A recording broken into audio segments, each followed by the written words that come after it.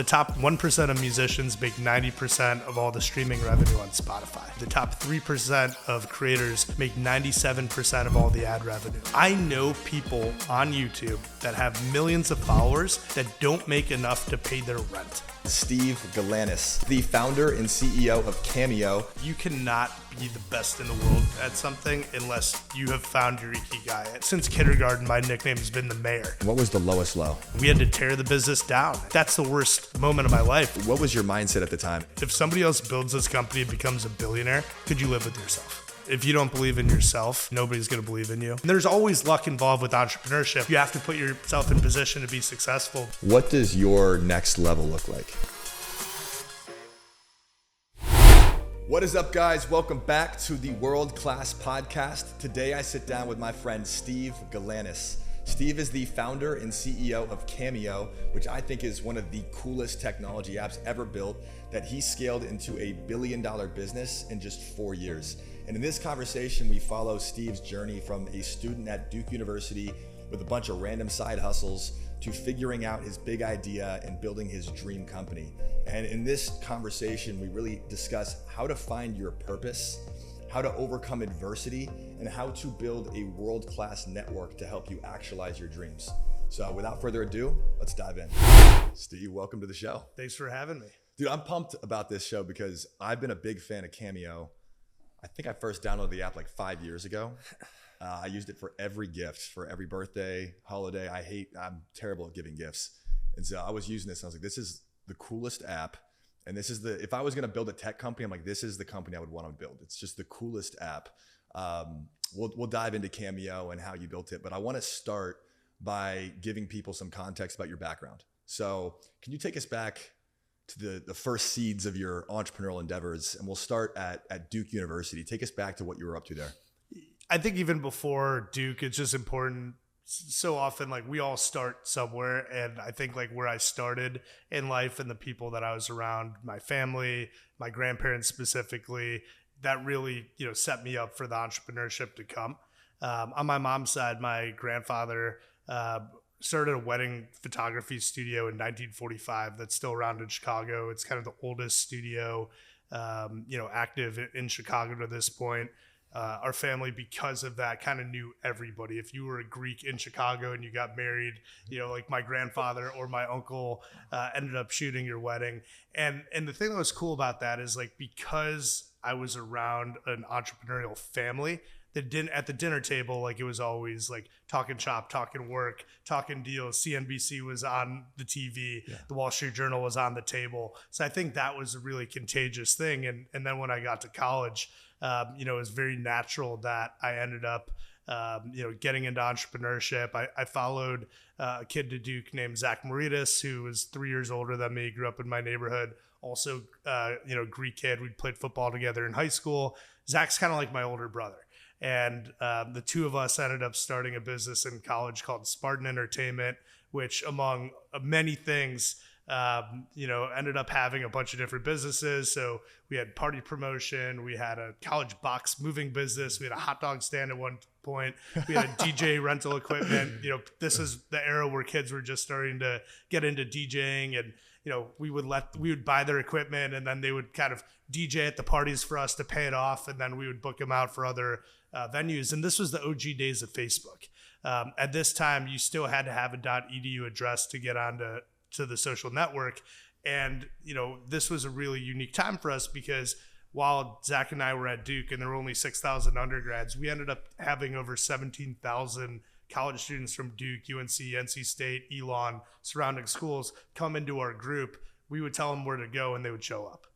So you built this community of students, and you're like, what are all the different services or things that we could basically serve the students with? So you had an entertainment company, you're doing parties. How did the hot dog stand get in there? Well, the people at the parties were hungry. So we had the hot dog stand at this bar called Shooters. Okay. We bought the grill, we bought the hot dogs, and while people were in there, we were cooking it up. And one of the things at my own parties, and I've thrown events for a long time, I never drink at my own parties. And one of the reasons I do that, especially in college, I'd have to count the money at the end of the night. Right. So while I wasn't drinking, I'm walking around talking, seeing everybody, but it was kind of fun, like being back there, grilling hot dogs. Granted, that was not something we did that long, but it was, it really kind of showed that, if we got people in a group and we were providing value doing one thing, they would use our services for a bunch of other things too. So how did you build such a big community? Like what were tactically, I'm curious, because that's impressive. You're at school, you're throwing parties, people start to know you. Yeah. You're starting all these ancillary businesses. How did you build such a large community? Well, it started, I think because, Zach and I were kind of the two perfect people to go do this. So, Zach was the captain of the football team. He was a senior. He was the social chair of DTD, one of the fraternities there. I was a freshman, coming in. I played hockey at Duke. One of the things that we did was we made sure as a hockey team that we had a guy in every single frat, right? So as a hockey player, you could kind of show up to every party, but that was not really the way it worked.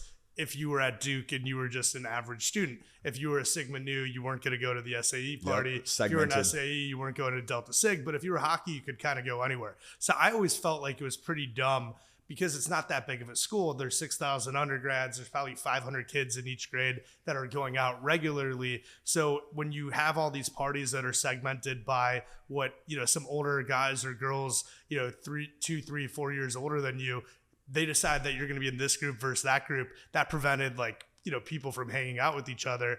And so what we decided to do was to take the biggest bar on campus. That was mostly like a Saturday night bar or like first day of school, last day of school, this place called Shooters. That was like a country Western bar. The rest of the time, like Hell's Angel owned. And what we ended up doing was we came to them and we said, hey, on Wednesday nights, this is a great night because athletes have a 48-hour drinking rule at Duke. They can't drink 48 hours before game. Then a lot of them, sports will play on Saturday night or Friday night. So Wednesday's kind of like the Saturday night for athletes. So what we did was we came to them and said, hey, we'll bring a crew. We'll start bringing a bunch of people. But what we want you to do, let's get a bunch of beer pong tables out. We'll do $3 pitchers. We'll take the $3 at the door from everyone, and then you take all the bar, and let's see what happens. First time we did it, we had 3 people showed up, and everybody had a blast. We barely, it was me, Zach, and then 3 people, right? So we had enough for one game of beer pong, basically, and then everyone had fun. They each brought friends. I think we had 12 the next week. We had 72 the week after that. And then, kind of the 4th week we did this, we had 150 people. And to this day, if you go to Duke on Wednesday nights, Shooters is the biggest thing that happens every week. They get 700 to 1,000 kids out every Wednesday. Wow, that's incredible. So I like to say my legacy to Duke is Wednesday night Shooters. That's awesome. If anybody passed through Durham, from 2006 on, they know what I'm talking about. And you were bringing people from all these different fraternities, sports teams. You're bringing everyone under one spot. Because our whole idea, and I was at a different frat than Zach, but our whole idea was, maybe the DTDs wouldn't go to the Delta Sig party, but if it was Zach and I throwing it and we called it Spartan Entertainment because both of our families are from Sparta. No shit. So we're from the same area, Greece, and we grew up in the same neighborhood in Chicago. If it was our party together, everybody felt comfortable coming. So then what happened was we started breaking all the attendance records at the bars because there weren't any of these artificial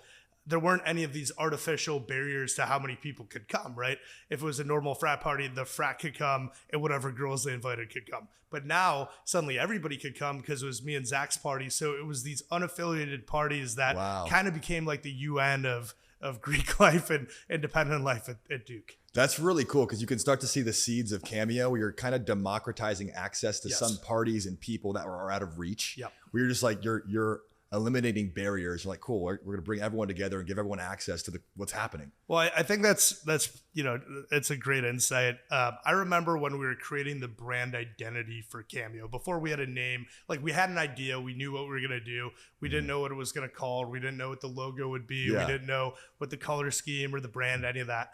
But I remember this branding agency in Miami that we used called Vanilla Shake put us through this 36 question, me and my co-founders. And one of the questions that they asked that I'll tell you the story of how I answered it. And it really became fundamental to how we built the business. They asked if Cameo, if your company was a person at a party, who would it be? And the way we described it was like, all right, imagine, and I'll use a Miami reference here. Imagine it's Art Basel, and the hardest party of the year to get into is the quantum party. And there's 300 people on the list, and there's 1,500 people in line. And there's no chance, like, you're not on the list. There's no chance you're going to get in this party, but you end up like just showing up with your friend anyways. The block is halfway. It's basically all the way back to South Beach, from Venetian. It's like the craziest line ever. You're watching kind of car of VIP after VIP, budget line coming in. And, there's no chance that you're getting into this party. Anyways, as all of a sudden, like, you see this SUV come and this person comes out of it, and it's someone you haven't seen in 10 years. Like, you met them one time at like an epic night out in Chicago or New York or wherever, and you remember them, you follow them on Instagram, but you think there's no way they even remember who I am. They catch your eye, they bring you over, they walk you into the party. And then once you're in the party, it's the best party that you've ever seen in your whole life. Like, the best food, the best music, the best crowd. Everything's amazing. And then as you get deeper into the inner sanctum, there's a red velvet rope, and inside the red velvet rope is the Mount Rushmore behind me right now. It's like the 5 people that you most want to meet ever, and they're drinking your favorite liquor, they're smoking cigars, and you're just like, I can't believe this group of 5 people is together. And then that person that brought you in catches your eye. They end up waving you over. They open the red velvet rope, and they bring you personally to introduce you to every one of those people, and you have the best night of your life. That's Cameo. It was one of the best things I've ever heard in my life. That's incredible. So I can't wait to dive deeper into Cameo, but I want to walk a little bit more through your evolution. So you were doing hot dog stands, t-shirt companies, entertainment stuff at Duke. Yeah. Then I believe next you went to LinkedIn, right? Yeah. Well, before that, I ended up trading. So okay. I graduated Duke in 2010, which was right in the middle of the financial crisis. Mm-hmm. And one of the things that was really interesting, and there's a bunch of VCs that have actually wrote about this. This kind of like class of people that went to Duke that didn't end up on Wall Street or didn't end up, in consulting, which would have been the normal route, because 2008, 2009 were so disruptive, ended up like seeing, people like Howie from Airtable and Fred from Coinbase and, and who, like, there's like 3 or 4 other, unicorn founders, Zach from Plaid, were all on campus, like in the same dorms at the same time. Right. Which is, like, it was a really kind of crazy, we had Mike Posner, was literally in my freshman dorm, like the first time that he did his first album release party. It was at one of our venues. Like, crazy. It was just a pretty crazy star-crossed. Like, we won a national championship in 2010. Yeah. So now John Shire, the coach of Duke, was like our grade, and he was a player and somebody I grew up with. So there was just so much kind of talent that was there all at once. And then, next thing you know, these people didn't have jobs. I remember at graduation, there were probably only, of my 40 best friends, I think 2 people had jobs. So everybody kind of had to go home and figure it out. Some went to New York City, some went to LA, but most of them went home. I went back to Chicago.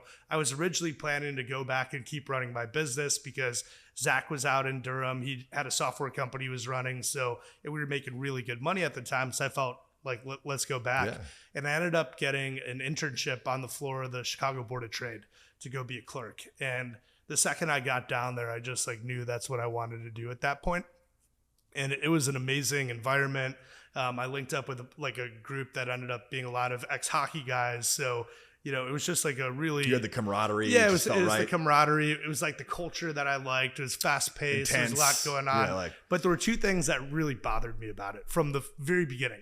I remember walking onto the floor of the SIBO for the first time, and it kind of looked like a dinosaur graveyard because technology had come in and displaced so many of the jobs that were there. Yeah. There used to be 40,000 open outcry market makers in Chicago. So think the movie Trading Spaces, the people with the jackets making the hand signals. By the time I got down to the floor, there were maybe 2,000. And there were literally like craters of pits where they used to have single stock options where people would come and trade Amazon options or eBay options or Apple or Microsoft or GM. And then that had all gone to the screen, had gone online. So I started to see like how disruptive technology was being. And also at the same time, I remember having the weird thought as a 22-year-old, which was, I want to be the last great options trader in Chicago. And like, that's such a weird thing to have. Like if you own restaurants, you're not like, I want to be the last great chef. Or if you're in tech, you're like, I'm not going to be the last great, like you don't think you're going to be the last great recruiter, or like Kobe Bryant, didn't think he was going to be the last great basketball player ever. So it was such a weird thing, but what I kept hearing from the different guys that were there was like, man, you missed the flash crash. You missed '08. You missed '01. You would have loved the '90s. You should have been here in the '80s. It was always about how great it used to be and how shitty it was now. And then, a couple years later, I think I traded for 5 years, and then I ended up getting to LinkedIn. And I remember on my very first day of LinkedIn, like it was completely different. When you get into tech, it's all about, here's the mission. This is what we're building. This is what we're going for. I remember my very first day at LinkedIn, this guy, Mike Gamson, who is the global head of sales there, is in Chicago. He's talking to all the new hires globally. And he gave one of the most inspirational speeches that has like shaped me to this day. First thing he says is, welcome to LinkedIn. 2 years from today, none of you will have the job we just hired you for. We know that, we support that. And at LinkedIn, we literally have the profile data to prove that that's true. See, your job in the next 2 years is to figure out what's your dream job, whether that's internal or external, and what skills you need to get that job. And then our job as a company is to make sure that you get the mentorship and the skills needed to get your next job here or somewhere else. And oh, by the way, when you take that next job, all we ask for in exchange, recruit someone better than yourself to take your place. And if we do that, that's the alliance. Like, we're all good. That's the LinkedIn Next Play culture. And that was such a mind fuck for me. It was like, I'd come from trading where if I'd ever told my old bosses like, hey, this soybean thing I'm doing is great, but I'm kind of thinking about something else. Like, you're trading their money. Right. So like, if you're not all in, they got to go find the next person. Right. So there were no career conversations. We'd have a reviews, and it was literally like, here's what your bonus is. It wasn't like we were getting feedback on like what you needed to do better. And suddenly, you move from this very like fixed mindset world to this total, open mindset where everybody's, trying to get better and 1% better every day. And here's how we're going to change the world with our product. It was intoxicating. And from the first day I got to LinkedIn, I'm like, tech's where I want to be. Wow. That's an incredible way to actually build a culture. I haven't even heard that before. So now you were trading, then you were at LinkedIn. How long were you at LinkedIn for? I was at LinkedIn for exactly 2 years. Okay, and this is crazy, and anybody can go on my LinkedIn profile and see that this is 100% true. My last day at LinkedIn was my exact 2-year anniversary of that speech that I told you. Wow. Right? So I wrote that is crazy. So as I was writing the letter to my team to let them know I was leaving to go start the company that would become Cameo, that letter ended up going viral. That email went viral to LinkedIn. It got to Mike Gamson, it got to Jeff Weiner. Both became early investors in the company. But the thing that was so formative about it was, like, we learned to take intelligent risks there. So when I remember being in Nicaragua in a hot tub, LinkedIn always gives kind of Christmas to New Year's off for the whole company. And about 10 of us from LinkedIn ended up going to Nicaragua because one of the guys that we worked with's family was from there. And, for the last 3 months, I'd had the idea for Cameo. Everybody was like obsessed with it. Like, all the people around me, one guy wanted to run marketing, one guy wanted to do sales, one guy wanted to, do tech. Everybody, like, we wanted to like build this $1 billion idea while working at our jobs at LinkedIn. And this guy, Will Hearn, who I worked with for a long time, comes up to me in the hot tub on New Year's Day, 2016. And he goes, 2017, Steven, this idea is too good. If somebody else builds this company and becomes a billionaire, could you live with yourself? And nobody had ever asked me that question before. And the second he asked me that, like, something in my brain chemistry just changed, and I knew that like I just had to go for it. And, I left LinkedIn before we launched the site. We had no product market fit yet. We had no talent that had joined the platform. We had never sold a video, but I just knew that like it had to work. You decided to just burn the boats. You're like, if this is going to work, I've got to go all in. I've got to do it. And I got to commit to the idea before 100%. I figured it out. And super tactically, like, I tell this all the time to entrepreneurs that are coming to me, hey, I have an idea, they're trying to raise money while they're still working. I tell everyone, like, because I know what burning the boats meant to me, I will not invest in you if you're still working at some other company. Yeah. Like if you're not ready to like quit your job and go all in on this, Yeah. like how could you possibly take my money or anybody else's? Or how could anybody leave their job to come work for you? That's a great point. Where did you come up with the idea in the first place? It was a pretty crazy story of what happened. So I guess there was one part of my entrepreneurial journey that I didn't talk about that's pretty relevant to like how Cameo started. Yeah. So in 2013, a movie called Lone Survivor came out. It was a Navy SEAL movie, pretty epic. My uncle produced Lone Survivor, and he's produced about 200 other movies. I was still trading. I was still a new guy, kind of establishing myself on the floor in Chicago. So I ended up like renting a movie theater out in Chicago to throw a Chicago premiere. It wasn't an official premiere, but it was just, hey, I've got this movie theater. You know, bring your wife, bring Steve your girlfriend, Galanis fashion. Yeah, bring whatever. And you know, the movie was awesome. And then after the movie, everyone was like, Steven, 7 is what they called me trading. SVN was my badge number. They're like, what the fuck are you doing like here with us? Like, why aren't you in LA producing movies with your uncle? So I did what any like, you know, kind of like young enterprising person did. I'm like, hey, I'll start a film investment fund. I could get us into some of these deals. So I ended up raising a fund, and this was the first time I ever did fundraising. I called my uncle up. I'm like, hey, I've got a bunch of guys that want to get in. Like, how can I be involved? And he goes, I'll tell you what, if you can raise $250K in the next week, I'll make you the executive producer of this television show that we're doing with Greg Bonin, the founder of Baywatch. And, you know, I was working the overnight shift at this time. So that means I'd get to work at 7 p.m. and I would work the overnight markets till 7 a.m. So it's like pretty lonely. You're there trading, but you're by yourself. So I started hitting the phones like while I was, you know, watching the markets that night. And by the time I woke up, like we'd raised over $1 million.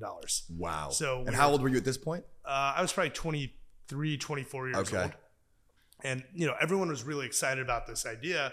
So then I had to push my uncle for extra allocation. I think we ended up getting like 2 million in, but that was like kind of the first time that it was like, all right, cool. Like people are willing to back me if I've got an idea. So you started to build some confidence there. Yeah. Well, and it's not that I had to build the confidence. I've always been someone that's never asked anybody for anything. And I think so then when I'm finally coming with an ask, people are like, yes, like I would absolutely love to be part of it. And, you know, and I've had some talks with like my best friends from growing up with it. We were all just at a hockey game because our favorite player growing up, Chris Chelios, just had his jersey retired.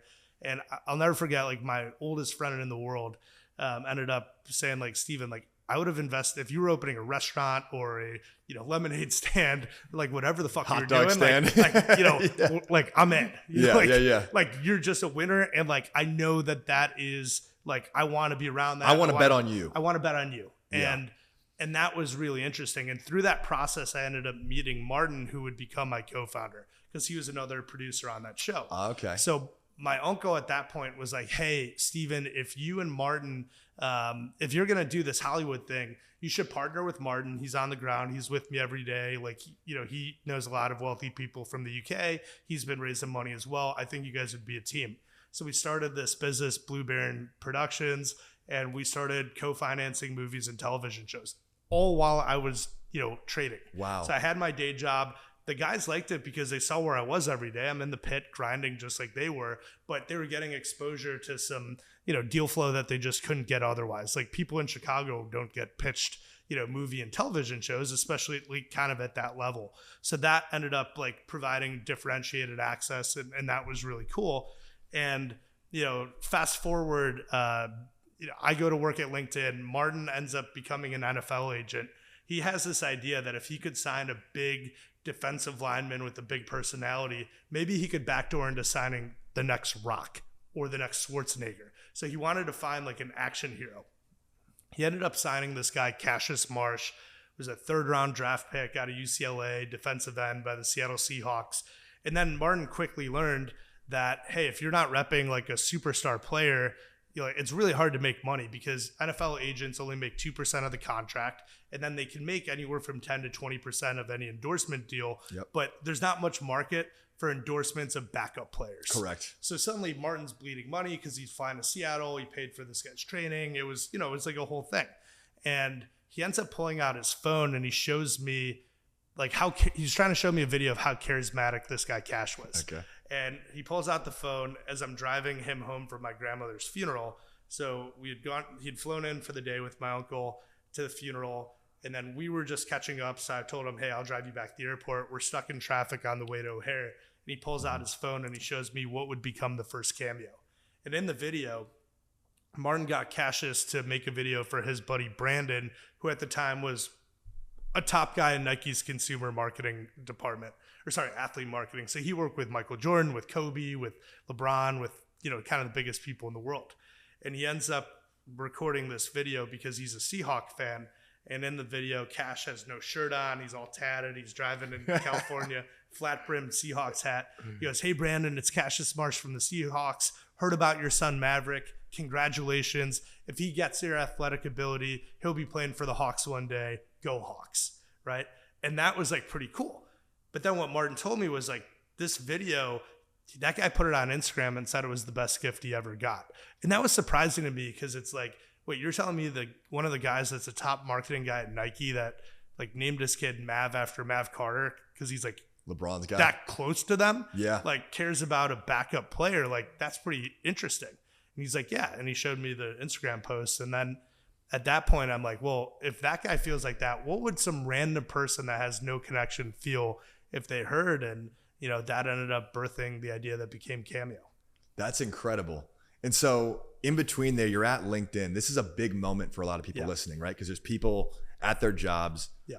They might be comfortable or they might just hate their jobs, but they have an idea. They want to go for it. But that big leap is such a hard mental thing to get away from. I remember when I started my company, I procrastinated for probably a year. Like, can I do this? Well, you're imagining all the worst case scenarios. Like, do I have what it takes? You're questioning yourself. Like, what was your mindset at the time? Did you have self-doubt? Were you like worried if it was going to work, or were you just like, you know what, I'm going all like, what was your mindset at the time? And how did you get over the line? I never had self-doubt, but I needed the kick in the ass. And that was that question that Will Hearn. That was the catalyst. Right? That was the thing that set you off. But I will tell you that like the second I had the idea, like my performance at work, like my mind was somewhere else. Right. And probably not just me, but my team. And many of those people, like of the 8 immediate people that were on my team at the time I had the idea, I think like 3 or 4 ended up coming to work for us at Cameo. Wow, okay. Because not just me, they were obsessed. And, Martin would call me with an idea and I'd be like on a customer call. And I'd be like, hey, like hey guys, sorry, something came up, I got to go. So, I think my last quarter at LinkedIn, I was probably the worst. I probably had the worst quota attainment anybody's ever had at the company. There's this concept that I think is so important to understand that I think you nailed. It's are you familiar with the Japanese concept called ikigai? That is like my life philosophy. I teach everybody about ikigai. I just interviewed somebody yesterday that's coming to work for us, and I whiteboarded and talked to her about finding the intersection of what are you great at? What does the world need? What do you love to do? And what can you get paid for? Like that is a huge core philosophy. I teach it to everybody. See, I'm glad that we brought this up because you seem to just nail that, right? Like, what are you good at? Yeah. Bringing people together, networking, super connecting. I tell people all the time that you cannot be the best in the world at something unless you have found your ikigai. It has to be the intersection of those things. And this is something I see a lot of like young entrepreneurs, a mistake they make, right? Just think about the time that you've had your company or I've had Cameo, right? I've seen 7 different waves of like what the next hot thing is going to be, right? It started when we first got going, Bird and Lime were the hottest companies in the world. It was all about micro mobility. Then it was AR, VR. Then all of a sudden it became, crypto for a little bit, and then that got cold. And then the creator economy became the hottest thing in the world. Then it was, NFTs and Web3, and, now it's AI, right? And I've seen the tides come out, and this is just in consumer. I'm not even talking about enterprise, and there's a whole host of other things that have popped. But in consumer, I've seen those tides like come out, and it's like the hottest thing in the world. And then so violently it comes back in. Yep. And, I don't care who you are. You're going to go through tough times in your business. Yeah. And if you're not doing the thing that you would do for free if you couldn't get paid, like it's really, really hard to get through it. And look, Cameo has been an insane ride. We've had the highest of highs. We've had the lowest of lows. Right now we're probably somewhere in between. But at the end of the day, it's like, I love what I do. I wouldn't trade jobs with anybody in the world for any amount of money because like I'm doing the thing I was put on earth to do. So yeah, I love that. I think people need to think in that sort of framework where it's like, what's the idea that just gets you out of bed and fills you with inspiration every day that you will literally die for. Because right? somebody you're going to compete with will have that passion, right? And if you don't, if this isn't the thing you care most about in the world, somebody will come and beat you at it. So I think that that's critically important. And the mistake I see so often, and look, I've invested in, as I'm sure you have, done some seed investments and founders that are chasing the next hot trend. And then, when times get tough, all of a sudden, you're getting the email, hey, we're winding down the company, or we're going to give the cash back, or, we're pivoting from, Web3 to AI, right? Like I literally got an email like that recently.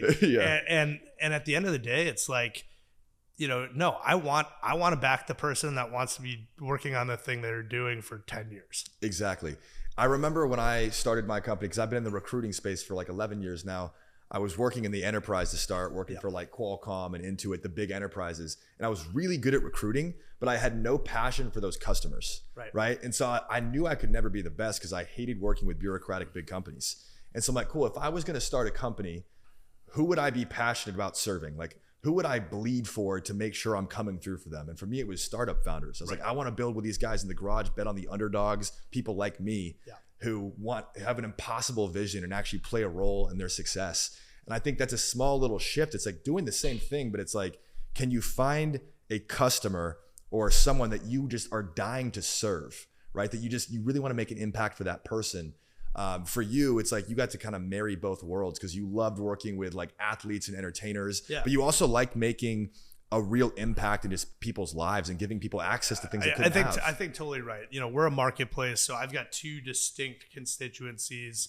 And look, we started Cameo. There was no such thing as the creator economy when we started Cameo, right? Yeah. The problem that was like very highly publicized that mattered a lot to Martin, Devin, and I when we were getting going is the fact that the internet had created this phenomenon where people were more famous than rich, right? So great point. For example, Devin, my co-founder, was one of the like first big stars on Vine, and his roommate and best friend is a guy named Cody Ko. Cody has, 10 plus million followers on YouTube today, and was like a top 40 person in the world on Vine. Cody had 4 billion loops on Vine. Devin had 1 billion. They didn't make $1 ever from anything that they did. So you saw a huge problem here because like these guys have a ton of attention. They built big brands, but they're not monetizing. And I didn't even really get it until I'll never forget. Like we were with our friend Adam Q, and we ended up going to the Floyd Mayweather Pacquiao fight in Vegas. Okay. And I remember being in the Aria and taking a picture with Cody, Devin, and Adam, and we were all fraternity brothers. Yeah. So this picture gets taken, and then Cody ends up posting it. And at this point, like I'm ready for a big night out in Vegas. My phone's fully charged, but I didn't know to like turn notifications off. This is like pre-Cameo. Like I'm just, like a LinkedIn sales rep at the time. And when Cody posted this to his 1 million followers on Instagram, there were so many likes and comments that my phone ended up overheating and dying in my pocket within like 10 minutes. No way. And that was like the craziest thing. So light bulbs started going off there? Well, like that was, a thing that happened. Right around that time too, ESPN released a 30 for 30 called Broke. And in that documentary, they talked about how 80% of NFL players go broke 5 years after playing their last game. Right. And then that started to be really interesting. And this is pre-NIL. Like I just saw today, Caleb Williams, who I hope the Bears are going to draft with the #1 pick, made $10 million last year. When I was in college, like Duke won the national championship. And one of my best friends on that team called me, 4 or 5 months after we graduated and was like, can you Western Union me $300? Right. Because there was no way to monetize back then. It was illegal. You get Reggie Bush, the banner would come down, you'd be written out of the record books. Yep. So to me, that was such an interesting thing. And then the more I started thinking about kind of sports, music, entertainment, I realized the same problem was everywhere. So we talked about athletes, but how about musicians? The top 1% of musicians make 90% of all the streaming revenue on Spotify.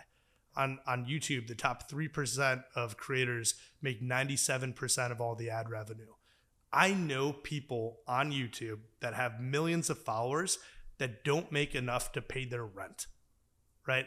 So all these platforms, and it makes sense, right? Like as content creators have become more prevalent, the there's an exponential amount of growing fame in the world, right? SoundCloud is allowing people to put their music out without needing to be at a label.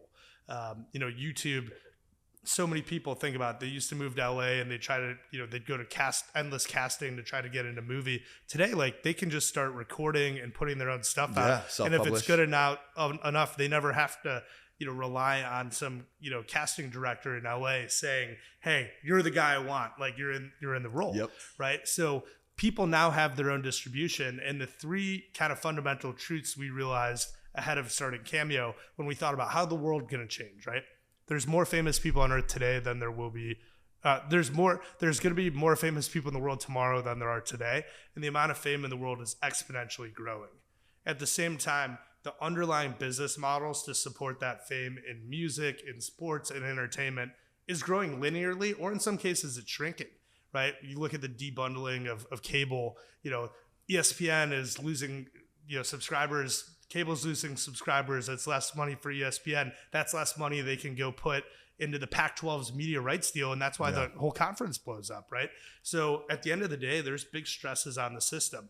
Or, Spotify or YouTube or, Facebook or Instagram or TikTok. Like, they can create these fake programs to give creators some money. But, when TikTok announced their $2 billion creator program, think about all the creators on the platform. Like, that's nothing. That's nothing. And their business model is people make content for free, and then we'll give you fame, but we're getting the content for free. Yep. So there's not going to be a business model where suddenly they're sharing, the content that they're selling ads against. Their whole point is, you're making a trade to get famous, to get distribution, but at the end of the day, like, you're making us rich. You're making us rich. Yep. And you need to go find somewhere else to do that. And the more we thought about this problem, we felt direct-to-fan monetization was going to be the only possible way that could happen. And what does direct-to-fan monetization mean? Right now, there's kind of four main ways that talent can make money on the internet, creators can make money on the internet. Okay. Three of the four are direct-to-fan monetization. The one that's not is brand deals, right? So, I can go find a brand, but even that, like, if you don't have the fans, those fans need to go buy the thing that you're hawking or you're promoting, right? So even though it's not technically direct-to-fan monetization, it's indirectly. Right. But the other one's digital products, right? So Cameo is a digital good. Physical goods, selling merch, selling your candle line, selling, your Kendall Jenner, and you've got, you've got your tequila or your Kylie, and you've got your lip. I might have flipped those, but you get my point. Like a creator-based product, and then the third one is subscriptions, right? You see what OnlyFans has done, or what Patreon's done, or what Lucy's out here is doing with Passes now. Saw they just raised their Series A. Big congratulations to the Passes team. But those are all direct-to-fan monetization, and that's where it's working right now. That's brilliant too, because a lot of those athletes, artists, they have big names and they have big fan bases, but they're not making a lot of money. So you're giving them a way to make a good living as well. Or like the thing that's cool about Cameo is we're not just great for people that are famous today, right? We're awesome for people that are going to be famous. Yeah. But we're also great for people that were the most famous person in the world and aren't anymore. Yeah, and it's kind of a nostalgia. So some of the early, stars were Dennis Rodman and Charlie Sheen, and Dennis Rodman was arguably the most famous person in the world back with 90s, Kim Jong-un, right? and he was up there with the Pope, right, and Michael Jordan. Yeah. And then and Charlie Sheen was the highest paid actor in the world. In the what was he making per episode of in the 2.5 Men? Crazy. But he was the most highest paid actor in the world. Incredible. Lindsay Lohan was as big as it got. And then all those people kind of found a renaissance on Cameo.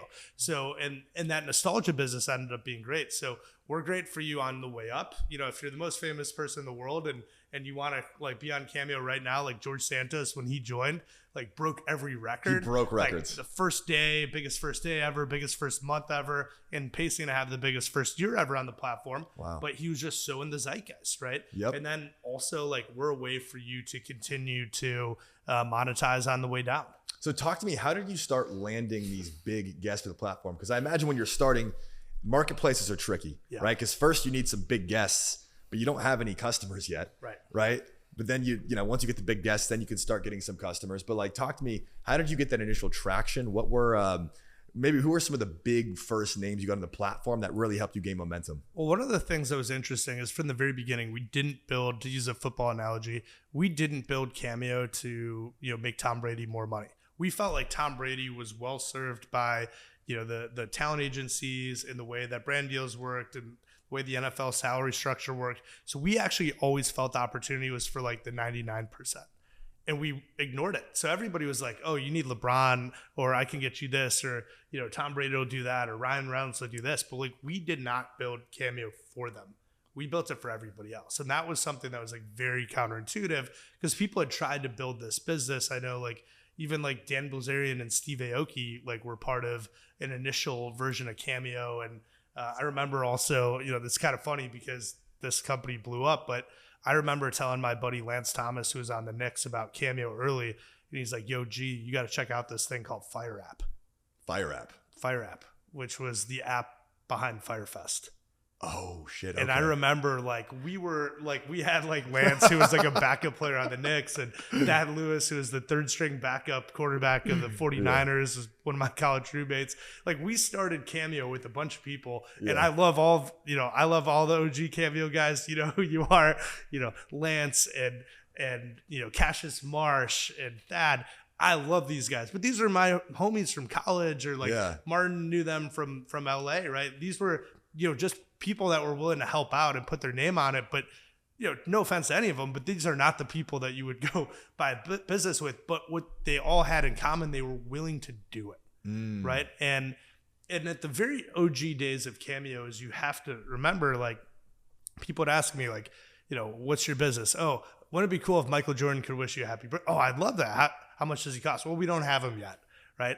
And then when we're talking to people on the supply side, the talent, hey, we've got this thing and fans will pay you to make videos. Well, who's making the most money on it? We've never sold one yet, right? That's a really, really hard problem. Yeah. So thank God we had good friends that were willing to take a shot on us and come on and really try it out.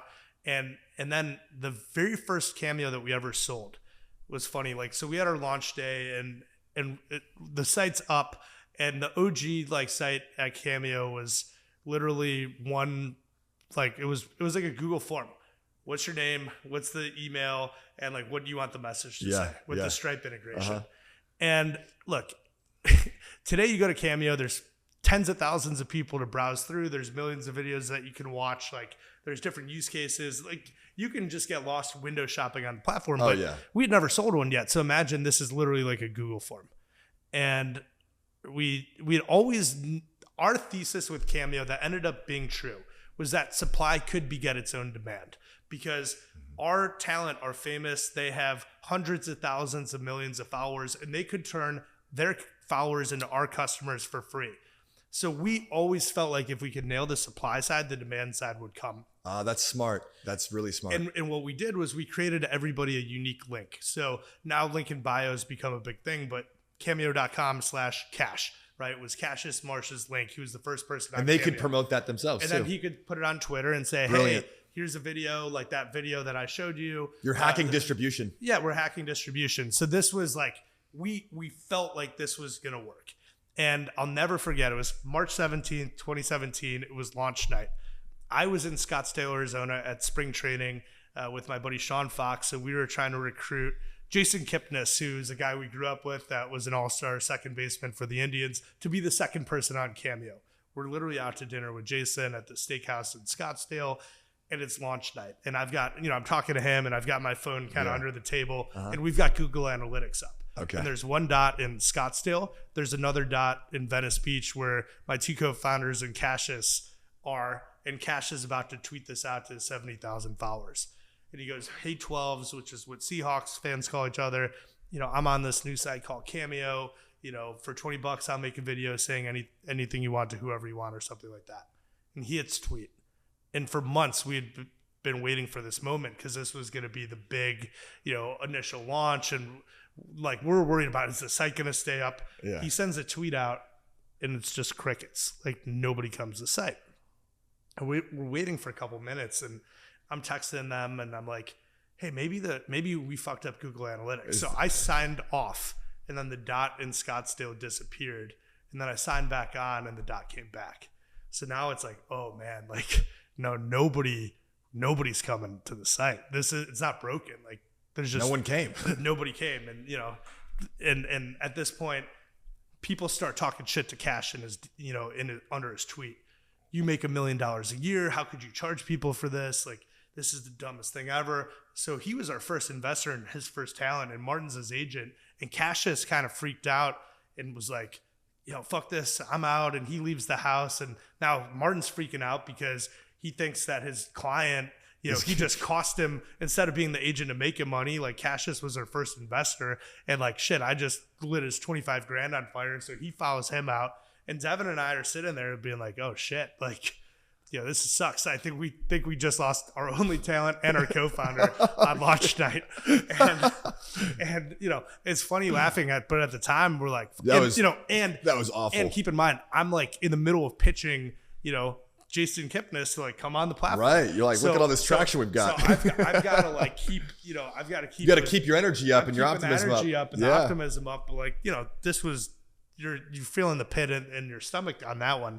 And I'll never forget, you know, maybe 15 minutes later, what felt like 2 hours, a dot popped up in Renton, Washington, which is actually like right by where the Seattle Seahawks facility is.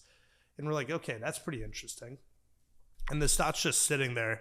And again, it probably was 30 seconds, but it felt like 3 hours. And we're like, are they going to buy? Are they going to buy? Are they going to buy? And then all of a sudden the dot disappears. And, you know, we were just like heartbroken. It was like, you know, it's like we had a fish on the hook and it just went away. And like, man, maybe nobody's going to buy this ever. Like maybe we were wrong on this. But I'm like, we couldn't have been wrong, but like maybe we tweeted at the wrong time, you know, maybe let's try again. Like we'll try again, but you know, Cash is like, he's quit. So now we're like, all right, we got to go find someone else.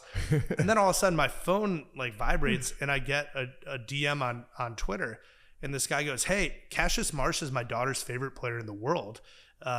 It's her birthday on Thursday. I'm trying to buy, but your payment processor's not working. So I'm just like, tell me what to say. Like, we'll make sure we get it. So he gives me the script. And then I'm like, all right, I'll work on it. Now Cash is pissed at me. He's pissed at Martin.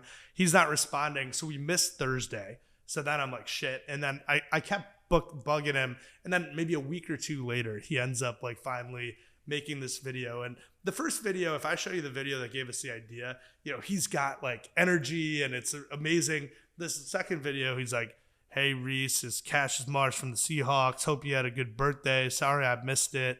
You know, thanks for being a fan. The video was so bad, I almost didn't send it. But I'm like, you know what? Fuck it. Like, I got this video. I'm going to send it. So I end up DMing it to the dad. Hey, no charge for this. Sorry it was late. Then probably 3 or 4 hours later, I remember I was in Miami at the Miami Open in 2017, staying with my buddy Isaac. And, you know, we were trying to get tennis players on now. So it was kind of like whatever was going on, like I was showing up in real life. Whatever's hot, let's go. Recruiting people. And I remember we were sitting at Isaac's table and my phone starts vibrating and I see a video in my DMs. And this dad, and I don't know what it is, but I see this girl, half her hair is green, half her hair is blue. She's in a Seahawks jersey and she's got a phone in her hand. And then I'm like, oh my God. And I watch the video. Hey, you know, hey Reese, Cash Marsh from it's this video. I hear it, but I'm watching her face. And the dad had filmed her reaction. And the girl got so happy, she started crying. And at the end of the video, she goes, oh my God, how did you do that? And he goes, Daddy's awesome, that's how. And if it was a Super Bowl commercial, it could not have been better than I got the chills. The first reaction video that we ever produced. And once I saw that, I had absolute conviction that if we could make one person feel like that, we could make millions and hopefully billions of people feel that way. And that was what it was about. You know, we talked about the supply side, you know, going direct to fan monetization, more famous than rich. Yeah. But on the fan side, you know, we're creating magical moments. Yeah. And I could see it right there. And I knew at that point. So suddenly now, when we were going to the supply side, it wasn't about how much money they were making. I'd show that reaction video. I say, don't you want to make people feel like that? And like who doesn't, right?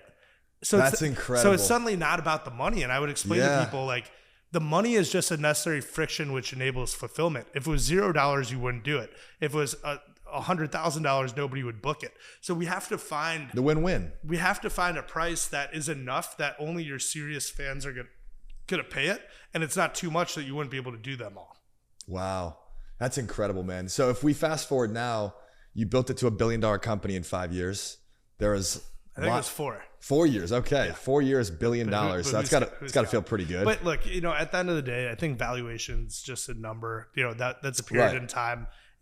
I'm sure if we went out to go sell the business right now, we wouldn't be able to get anything close to that. So at the end of the day, it's kind of where do you exit eventually? Right. And we're dug in for the long term. That's I real. think you could tell we're missionaries. Well, so yeah. I don't get caught up in that. I didn't at the time. Right. And those numbers go up and down. Looking from the inception of the company, which has been about 7 years now? Yeah, 7.5. Yeah, 7.5 years now. What was the highest high and what was the lowest low? Man, probably the highest high. I remember the day that we closed our Series A, and we came out of Chicago, and this was at that point, tier 1 VCs wouldn't invest in companies in Chicago, and Lightspeed ended up closing our Series A, doing our Series A after a really competitive process, and and I thought about all the hard work, leaving my job, funding the business at the beginning. Just all the things that it took to get to that point. And, I remember Lightspeed sent kind of pizza and beer. They sent Lou Malnati's pizza and 312 beer to the office. And our team was probably 15, 16 people to celebrate. And I just remember and I'm not an emotional person, but I remember right after everyone left, I just went under my desk and I just started crying, and it just I was just so overwhelmed because I knew that once we had that first funding, we were going to have a real shot to go and go for it. And, there were a lot of other highlights, right around that time, we'd gotten, as a 10-person startup, we got named one of the 50 genius companies on earth with Apple and Google and Nike and Disney and all these brands that we were admiring. Here was little Cameo. So from the beginning, there was something just special about the company. Maybe it's because of what we did, or maybe it's because of what made people feel, but it just it passed the sniff test. And, it just kind of felt for, the first 5 years of the company that, anytime something could have gone one way, it just broke the right way.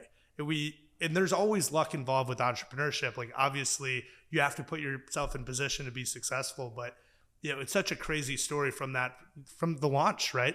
What if that guy didn't think about how often you see something online, you go to buy it, you're that's cool, but then you're fuck it, it didn't work. Right. Why did this guy why did this guy end up DMing me? Cause that's how much product market fit was. And then when his daughter was going nuts, how did he think to film it? Right. It all just happened perfectly. The world conspired for it. It just this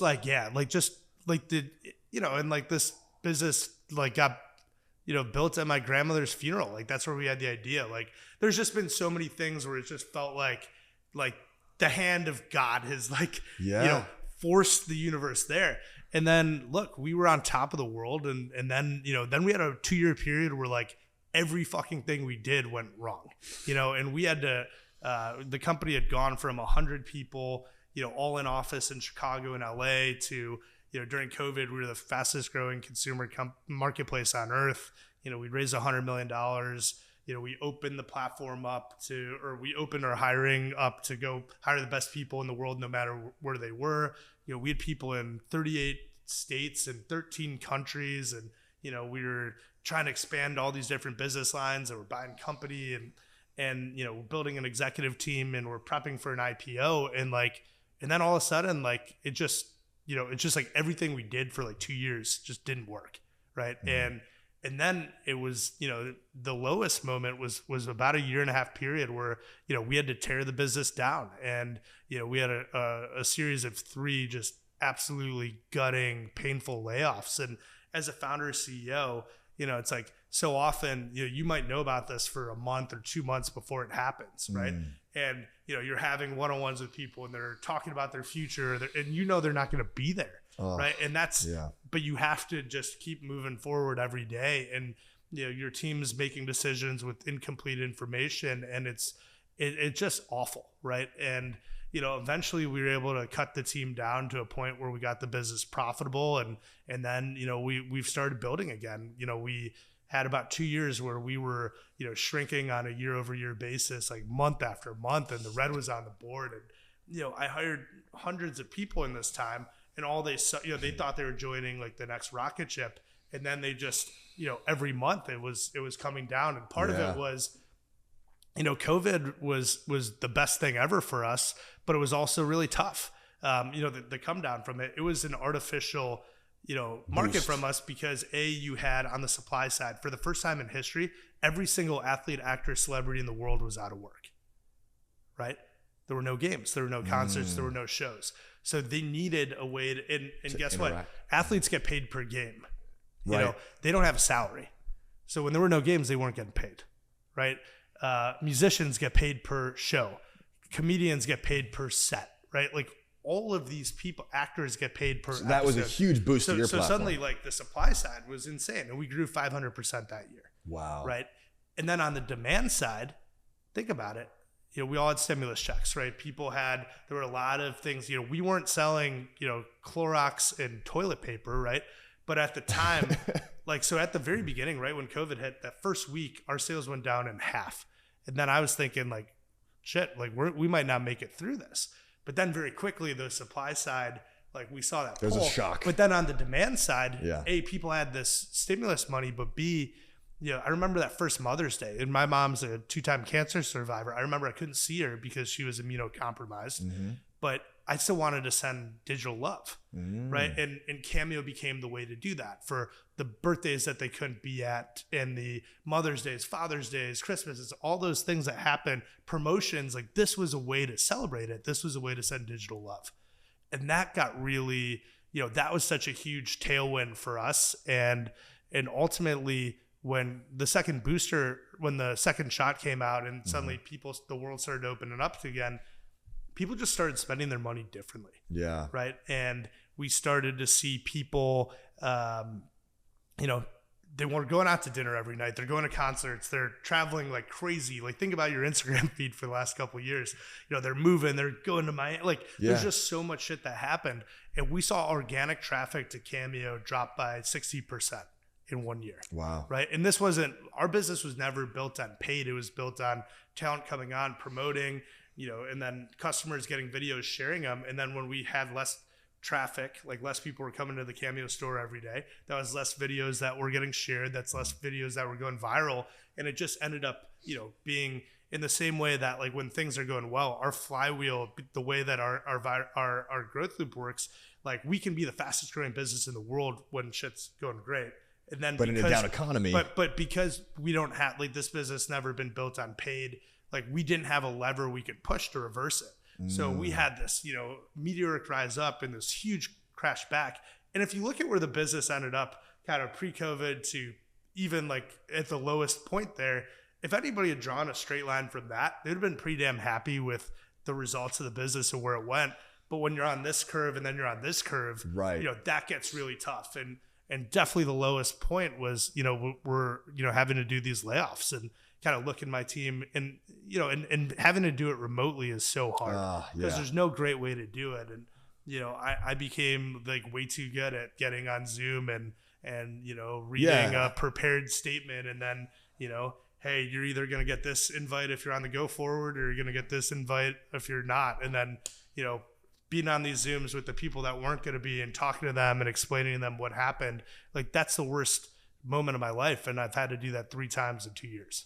How do you navigate that? I think a lot of entrepreneurs are going to have to face something of that extent at some point if they want to build anything big. There's going to be some big challenges, right? But when shit is just hitting the fan and nothing's going your way, psychologically, like what are the habits? What are the mindset? What do you do to keep yourself in the pocket and executing? Yeah, one of the things, like when things started really kind of going bad, and it wasn't even in the period where it was going bad, it was the period where I knew it was going bad, but we hadn't done any of this stuff yet.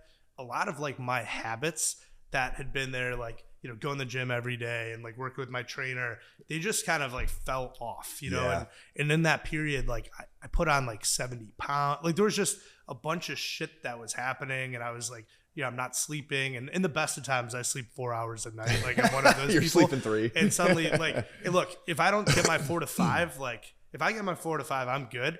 But if I don't get my 4, like I am like I'm not good at all. And, you know, so I'm not sleeping, I'm not eating well. Like it just spiraled. How'd you get yourself out of that funk? You know, it was actually funny. Like maybe 8 months ago, I was at this dinner with a talent on Cameo, who's kind of a famous guy in Chicago, John Vincent, and we're sitting at Gibson's outside, and I run in to this woman, Nina Mariano, who's, you know, family's big entrepreneurs in Chicago in the grocery business. And we start chatting, and she's like, "Hey, Steven, like you should come to Pilates with me." And I'm like, "Well, when do you go?" She's like, "I go at 10:30. I'm like, "I can't go 10:30 on like a Wednesday." Yeah. So she's like, "How about this? 1 month from today, I'm going to book you to come to 10:30 Pilates class. You know, you're the CEO. You can like move some shit around and figure it out." And I went, and like, I'm like, this is it. This is, you know, like yoga is that for some people. Yeah. I've always found yoga boring. I don't like, it's not that fun. But like when I got onto that reformer for the first time, it just like, it was a great workout, but like mentally I was just like, this is what I need to do. And then, you know, very religiously, you know, I've got this great gym I love in Chicago, and then in Miami I do like Jet Set here, which is great. But I go to this place Beyond in Chicago, and you know, I go 7 a.m. I have my like private Pilates from 7 to 7:50. Then I go, they've got a cold plunge in the steam room. It's like actually the best thing in the world. So I have my routine, you know, 10 minutes in the steam, 10 minutes in the plunge, and then 10 minutes in the steam. And everybody's like, "You're a fucking psycho," for like, you know, people go in this plunge for like 30 seconds, a minute. And every day it's like the same thing, 10 minutes. And, you know, when I was playing hockey and football growing up, like I used to sit in cold tubs for, you know, 15 minutes, 30 minutes. So I was used to that. I hadn't done it in years. Yeah. And then, you know, I had my smoothie, you know, I walk to work, and then I'm just like, I'm in that zone. And that, like, getting that back was so important to me, because even as it started, things weren't going well yet, but like I needed things to be going well for me before I could make things go well for the company. Because at the end of the day, like, it is always on you as the entrepreneur. And I think there was a period where I felt like things were out of my control. You know, the company had gotten so big, and, you know, we're bringing all these leaders in, and I'm delegating all this stuff. And then I'm watching how the company that I built from scratch suddenly like wasn't a place that I wanted to be. Right. And, you know, there were two moves. It's either you leave, or you go and tear it down and rebuild it the way that you want. And that started with rebuilding yourself. Yeah, it started with rebuilding myself, for sure. Dude, there's so much value in that. I remember when I was starting my company, I'm like, I wanted to be in this abundant state, like, oh, I'm going to take over the world. But I was like, I'm running out of money. Yeah. COVID had just been happening. So now hiring across the world is frozen. Right. It was all these terrible conditions. So I'm like, all right, what can I control? What are in my control? And this is good for anyone building a business or just working on anything hard.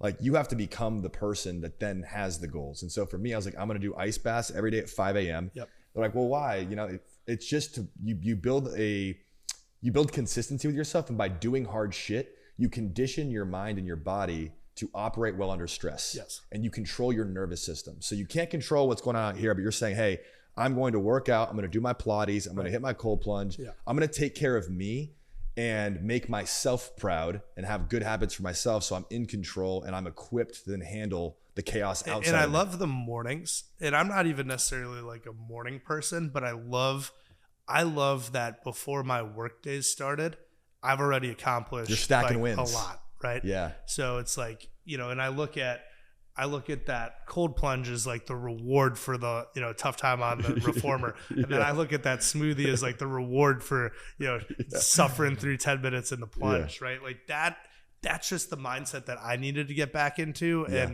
And look, at different times in my life, like when things are at their best, it's like when I get a very regimented schedule. You know, in football, in high school, our coach used to call it day-tight compartments, and he used to break up his day into 15-minute blocks, and, you know, everything was structured all the time. And you know, I'm not like that type of person, but naturally, like when I like really force myself into, you know, here's my schedule, I'm sticking to it, or I need to go do these things right now. Yeah. And I have like personal accountability, like that's when I'm at my best. I think that's brilliant for anyone, honestly, in entrepreneurship. Is I have so many friends that are founders that are just burnt out, that are just having to refine product market fit after, you know, the market tanked, or they're still in that ambiguity phase. And it's brutally hard. And so I think really dialing in your habits That's the key. And again, it goes back to the Ikigai concept we talked at the beginning, right? You're going to go through hard shit. Cameo, literally, we became a unicorn on the 4-year anniversary of our shitty launch, right? You think about how like all of the, peaks and valleys that happen in that. And then, since that day, it's like shit just didn't work for 2 years. Then finally, the last 6 to 8 months, like we've really like turned it around again. Yeah. So, like you have to be the highs and high, like I guess at the end of the day, like the way that I put it is in the good times, you're never as good as you think. And in the bad times, it's never as bad as you think. So you just have to like, be balanced. And I've always been a very even tempered, like this is one of my strengths as not just as a CEO, but as a friend, as a leader. It's just, I'm the same person every single day, and getting, myself now to a point, and my team sees the difference, right? Like that once I got this routine back, they really started to see like, hey, Steven, you're like your mood swings aren't like you're just consistent. Steve is back. And that's back. That's incredible, man. I want to go into a little bit of advice specifically for, this applies to salespeople, founders, executives, but you're one of the best networkers I've ever met, right? You have incredible relationships with some of the most remarkable people, and you've been able to recruit these celebrities onto your platform and just make the impossible seemingly happen. What are some of your tips on how do you build a world-class network? Like when you're approaching people, when you're going out and you're saying, hey, there's someone I admire and I want to make them my friend. Maybe I even want to make them a business partner. Like what are some of your tips on how you approach networking?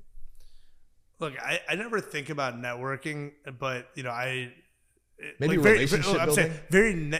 Like relationship building. If you go read my LinkedIn bio, the first thing it says is Steven's American entrepreneur who builds relationships predicated on integrity and mutual respect and trust, right? Like I just like trust is such a big thing. Like honesty is huge.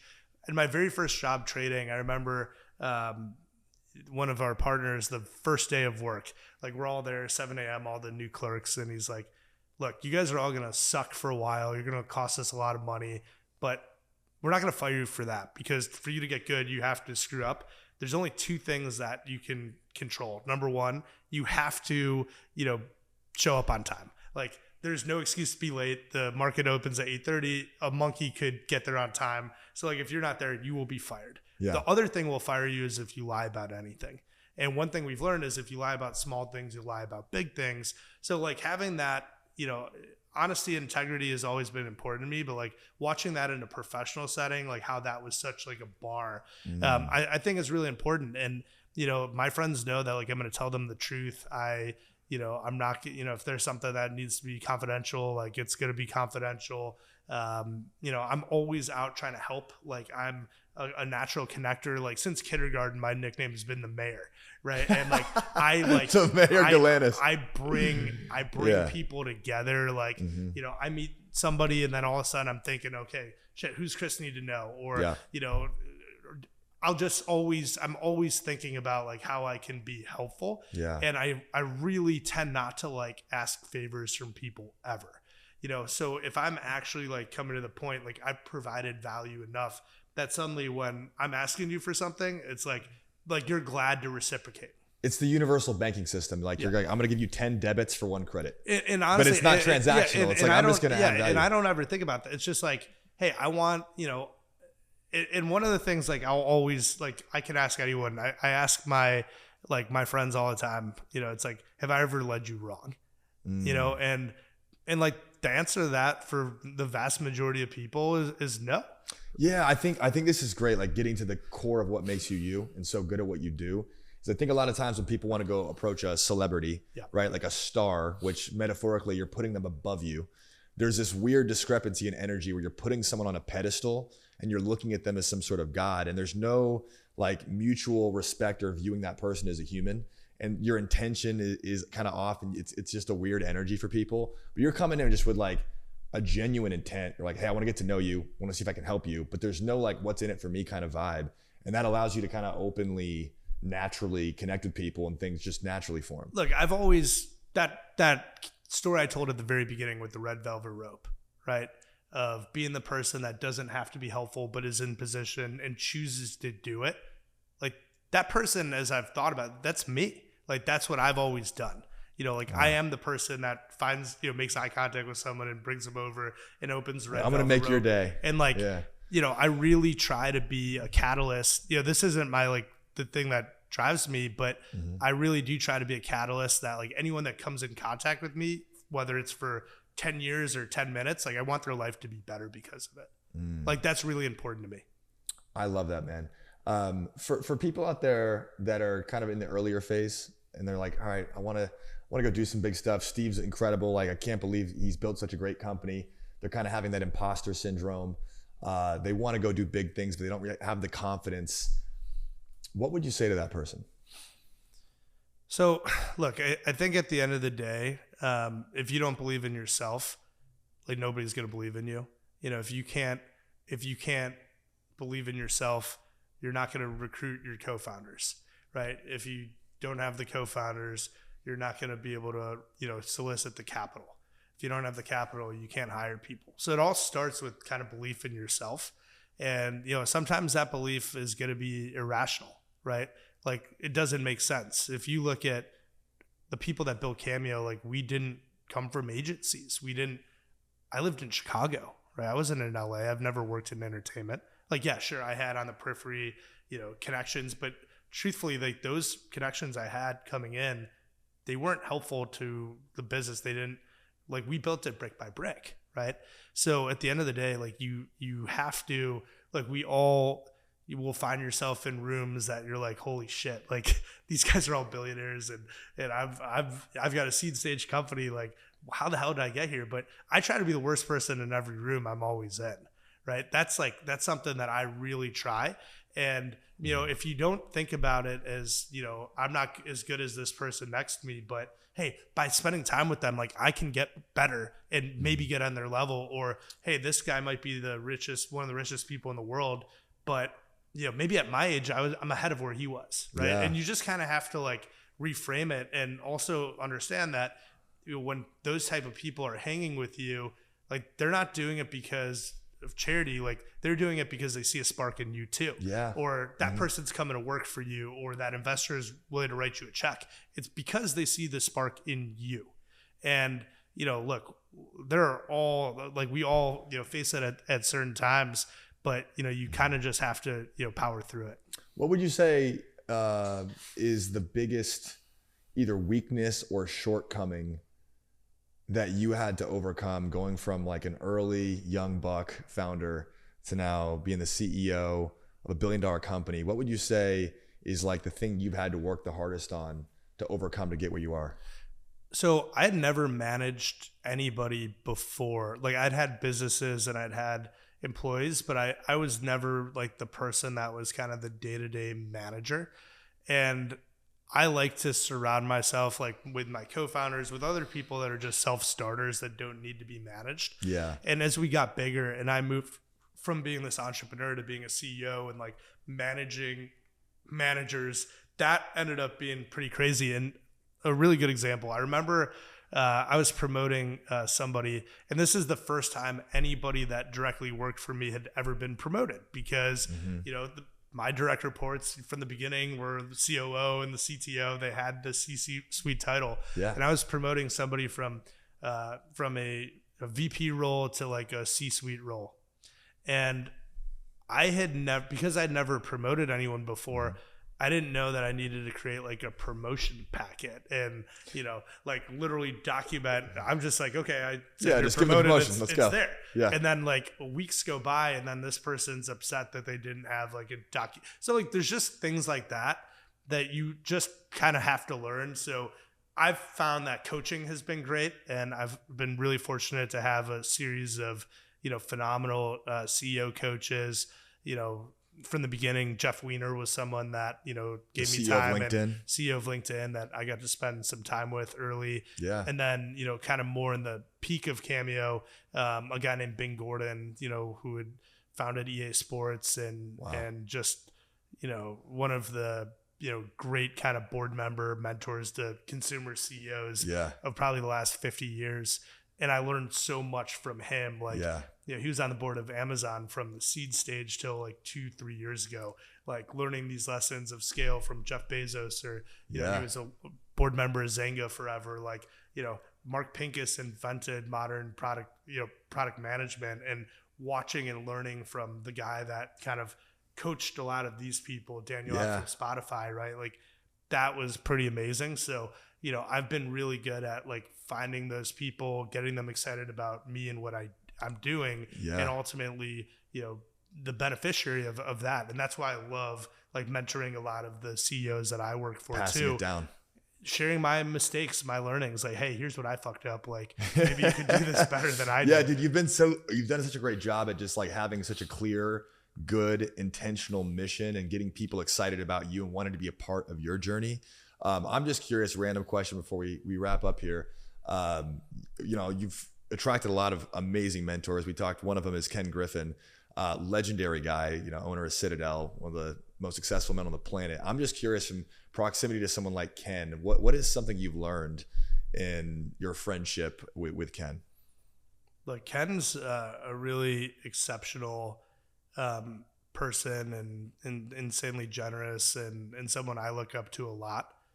And the two things that I would say like most characterize Ken, the intelligence, but I think everybody would get that. But the thing that's a little bit more surprising is that Ken is the type of person that will know more about whatever you do. He'll know more about it than you.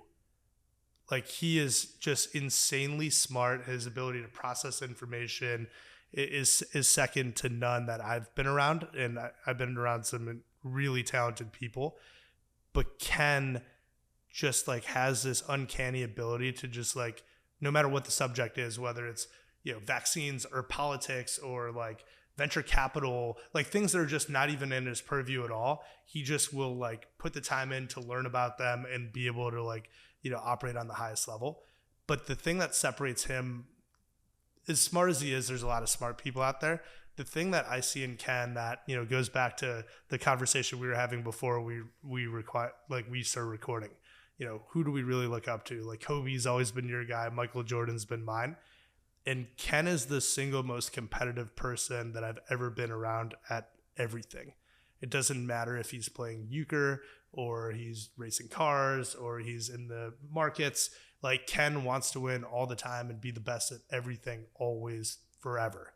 And, being around that is, it's fun and exciting, even though, he whoops my ass at pretty much all the things, not everything, but pretty much everything that we do together. I remember one time we were playing euchre, which is this card game that is pretty big in the Midwest. And I'd played a couple times, but Ken like is obsessed with euchre, and we were partners, and I ended up making like a couple boneheaded moves, and he got so mad. He's just like, Steven, we're never playing euchre again together. But that inspired you to kind of awaken that beast inside I'll tell you yourself. what, I went and bought, the Dummy's Guide to Euchre, and I haven't played with him since then, but I've definitely read up, and I know more about it than I did that night for sure. The other one to me though is Jeff Weiner. Jeff is just absolutely exceptional.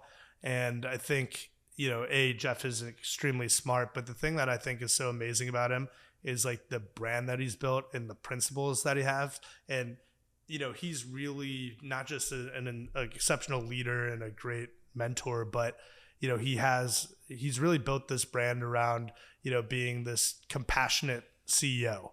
And, I remember talking to him about, he asked me like what I prefer, like, am I more about sympathy or compassion? And I didn't really like know what the difference was at that time.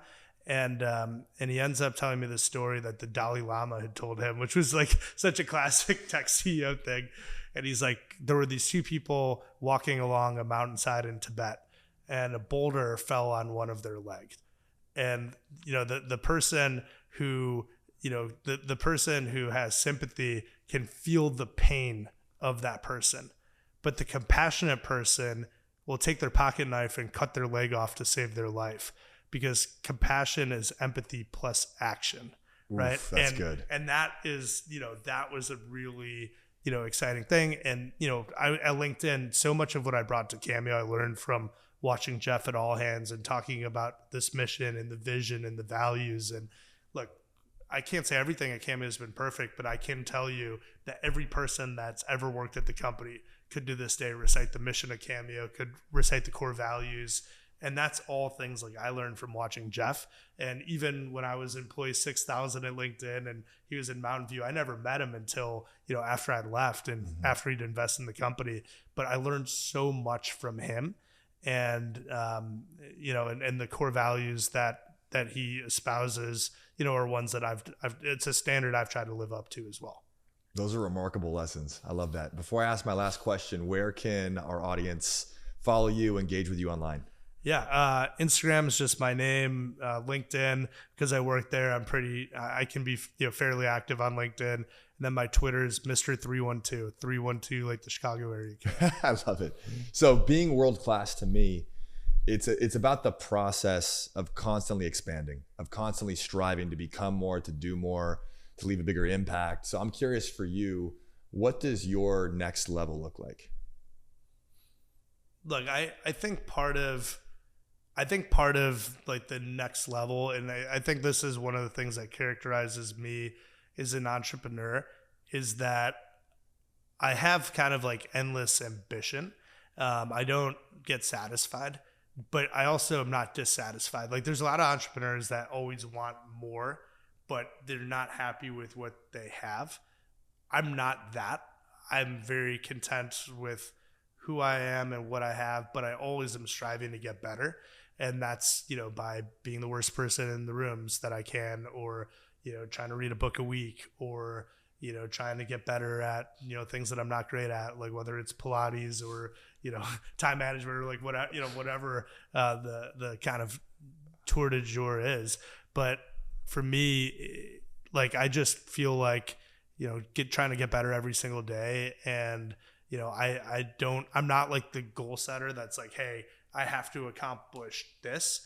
But what I'll think about is like, I want the next version of me to like be able to do this or be that or have this skill set. And then I don't like look at other people and say like, I want their life. I look at like what my own potential is and just try to become the best version of myself. I love that, man. It doesn't always have to be this pie in the sky, major external goal. It's just like, I just want to keep growing, keep evolving, keep progressing. Yeah. I love that, man. I want to thank you, man, because I think you're one of the more like vulnerable, open, just down to earth founders. It's like, I'm just going to lay it on the table. This is the reality. It's fucking fun. It's great. It's brutal. It's the reality of building companies.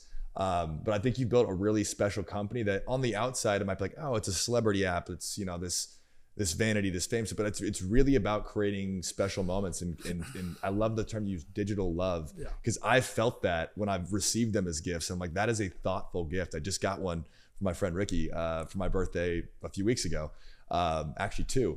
And I'm like, it's such a special company that goes way beyond what people might think it is. So, but I think that goes back to like your heart, honestly, and like the love you put into the company and your intention in building it. So, I mean, I'm just stoked and rooting for your success. And thanks for sharing today. I appreciate it. And I will tell you, like, I feel the same about Cameo. And as CEO and founder of the company, I feel an immense amount of responsibility to make it the best version of itself. Right. And, what that means or, what that looks like, I can't say, but I know that there's 50,000 people on the platform and we think there's 50 million in the world that could be on it. So it really is, I know founders say this all the time, like we're right at the beginning of our journey, but this is the type of work I'd like to do the rest of my life. And we're so early in it that, I think I just feel an immense amount of responsibility to get it to where it was meant to be. I love it, man. Thanks for coming on the show. Thanks for having me. Hey guys, I hope you enjoyed this episode of the World Class Podcast. Don't forget to like, comment, and subscribe across all our platforms. Hit that notification bell so you get updates on our new episodes, and we'll see you next week.